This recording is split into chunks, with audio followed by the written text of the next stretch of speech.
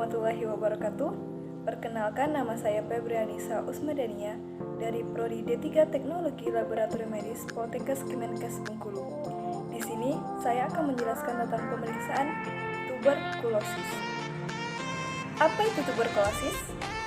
Tuberkulosis adalah penyakit menular langsung yang disebabkan oleh Mycobacterium tuberculosis. Biasanya penyakit TBC menyerang paru-paru, tetapi dapat juga menyerang organ lain seperti tulang, usus, atau kelenjar.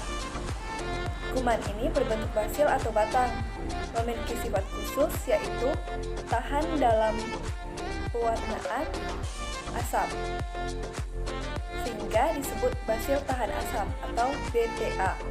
Tuberkulosis dapat menular melewati percikan ludah yang dikeluarkan oleh penderita TBC ketika berbicara, bersin, atau batuk. Penyakit ini rentan terkena pada seseorang yang memiliki kekebalan tubuh rendah, contohnya penderita HIV. Penyakit TB menimbulkan gejala batuk lebih dari 3 minggu, biasanya berdahak, dan terkadang menimbulkan darah, demam, tubuh menjadi lemas, berat badan menurun, tidak nafsu makan, nyeri pada dada, dan berkeringat di malam hari. Langkah-langkah pemeriksaan tuberkulosis terdiri dari 3 bagian, yaitu pra-analitik, analitik, dan pasca-analitik. Apa itu pra-analitik? Pra-analitik merupakan tahap prosedur tetap, meliputi pengumpulan spesimen dahak, persiapan pasien, bimbingan, dan waktu serta lokasi pengambilan dahak, di mana dilakukan pengumpulan sampel atau spesimen. Spesimen dahak dikumpulkan atau ditampung di dalam pot dahak yang bermulut lebar dan tutup yang berkulir.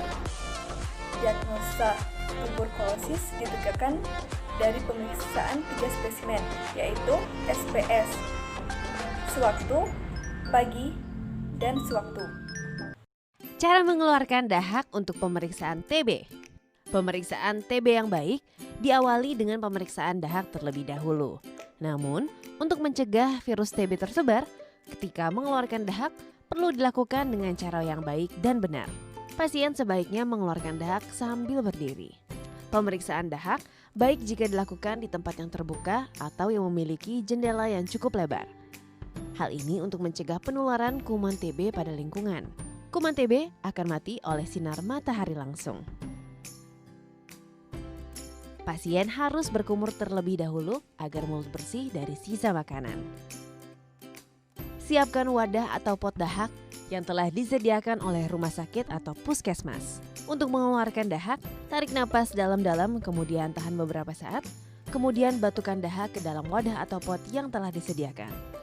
Pastikan tidak ada dahak yang jatuh atau keluar dari pot. Pastikan jumlahnya cukup banyak, minimal 1 ml, agar bisa dilakukan pemeriksaan TB dengan baik. Warna dahak yang bagus dan normal adalah kuning, kuning kehijauan, atau kuning kecoklatan. Jika bening, maka itu adalah air liur. Tutup wadah atau pot dengan rapat dan serahkan kepada petugas kesehatan di hari yang sama. Jika dahak tidak dapat keluar atau Anda mengalami kesulitan, coba lakukan di rumah saat bangun di pagi hari. Setelah pra-analitik, langkah selanjutnya yaitu analitik, yaitu proses pemeriksaan sampel. Proses pemeriksaan sampel biasanya menggunakan metode Zell-Nelson. Setelah melakukan pemeriksaan menggunakan metode Zell-Nelson, kemudian baca hasil dari mikroskop. Sebelum melakukan pemeriksaan, kita harus memakai apd lengkap seperti handscoon, jas lab, masker, dan sendal lab. Berikut video pemeriksaan tuberkulosis.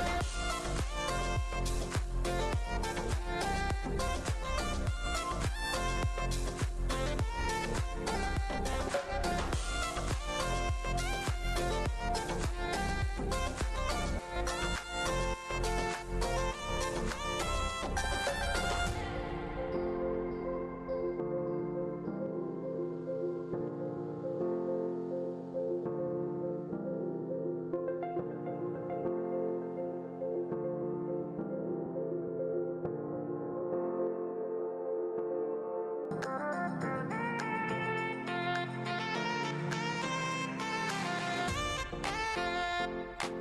ketiga yaitu pasca analitik. Pasca analitik adalah tahap kontaminasi alat dan bahan infeksius, pengolahan limbah infeksius dan non-infeksius, pemeliharaan mikroskop, dan pemeriksaan catatan atau laporan sesuai dengan standar. Petugas tidak diperkenankan untuk membuat laporan dengan tanda atau simbol, contohnya NIP. Petugas harus membuat laporan menggunakan huruf, contohnya neg atau negatif. Jika pasien positif atau dengan BPA positif, buat laporan sesuai dengan BPA positifnya tersebut. Itulah yang dapat saya sampaikan. Semoga bermanfaat. Wassalamualaikum warahmatullahi wabarakatuh. I'm an icon, man. I'm a girl about a 10. I should fuck her in a